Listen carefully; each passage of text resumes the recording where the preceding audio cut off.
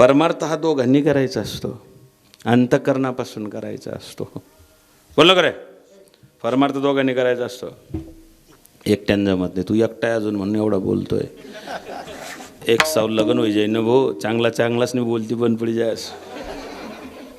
आम्ही 2 घंटा सा मिठ्ठू ना माईक बोलतोस, पण घरी गेलं की असा स्विच ऑफ होई जात.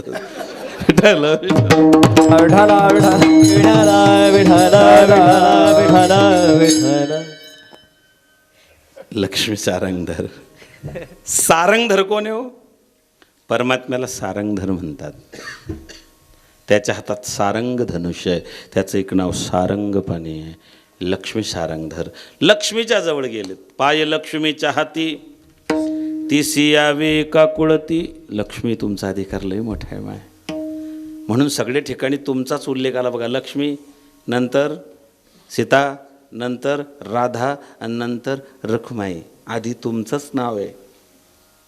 म्हणून सध्या तुम्हाला कायद्यानं बी तुम्हाला भरभक्कम असा आधार दिलेला आहे.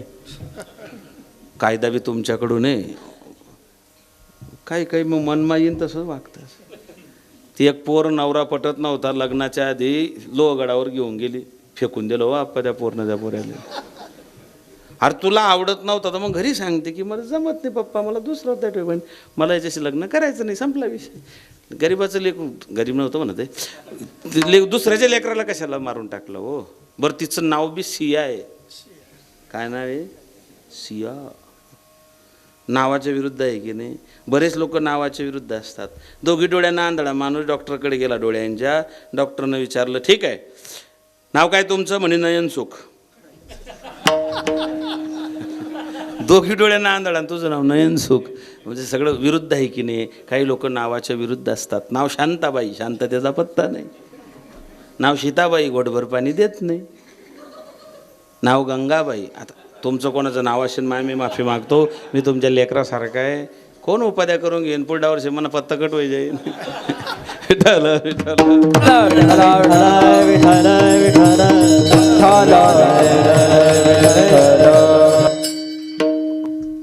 तुमचा अधिकार मोठा आहे. असो.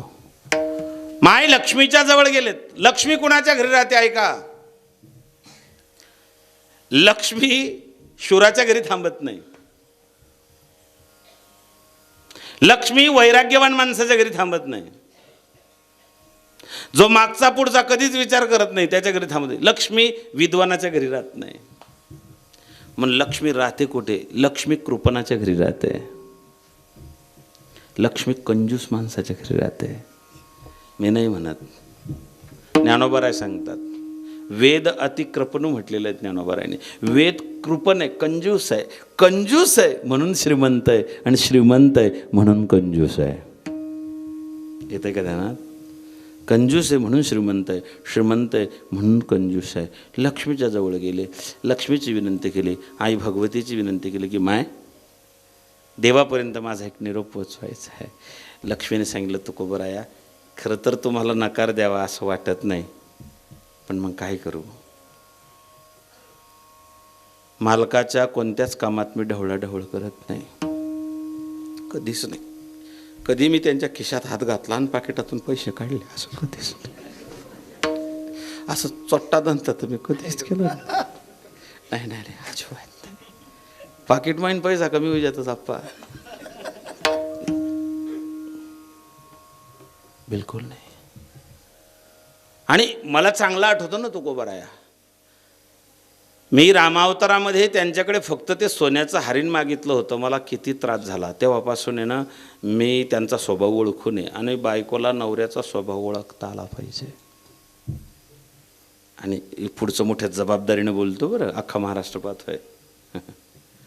माणूस बाहेर किती बी चांगला वासू द्या, तो कसा आहे फक्त त्याच्या बायकोलाच माहिती असतं. भोजेकर कितला बी गोड बोलत असला तरी हाऊ कितला क्वालिटी नाही, ही प्रत्येकाचा विषय. पत्नीशिवाय तुम्हाला चांगलं कोणीच ओळखू शकत नाही, अजिबात नाही. आणि माता लक्ष्मी म्हणली तुकोबा मला त्यांचा स्वभाव माहिती आहे.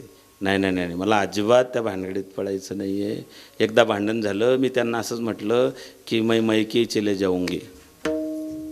देव मला पटकन म्हणले मैं तेरी सौतन लावूंगा. आणि खरंच घेऊन आले होते तुकोबा ते.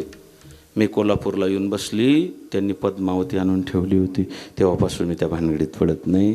पण म्हणले तुम्हाला मी नाराज करणार नाही. म्हणले आईसाहेब अहो लय फिरून आलो. म्हणले माझा ऐका आता शेवटचा टप्पा आहे तुमचा. म्हणले काय? तुमचं काम करणारा एकच माणूस आहे, जे कंटिन्यू देव ज्याच्यावरती झोपलेला असतो त्याचे जर तुम्ही जाऊन विनंती केली तर तो 100% शेष तुमच्या कामात पडेल. तुका म्हणे शेषा तुका म्हणे शेषा तुका म्हणे शेषा तुका म्हणे शेषा हो जागे करा ऋषी शेषा जागे करा ऋषी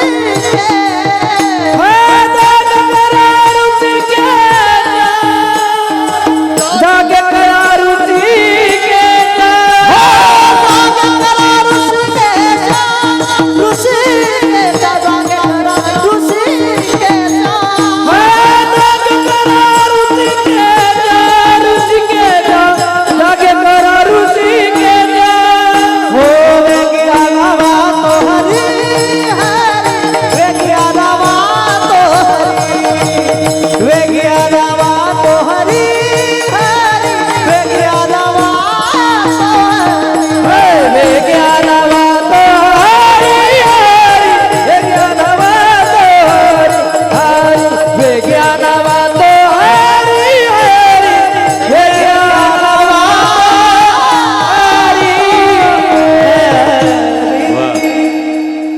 तुका म्हणे शेषा जागे करा. देव झोपलाय.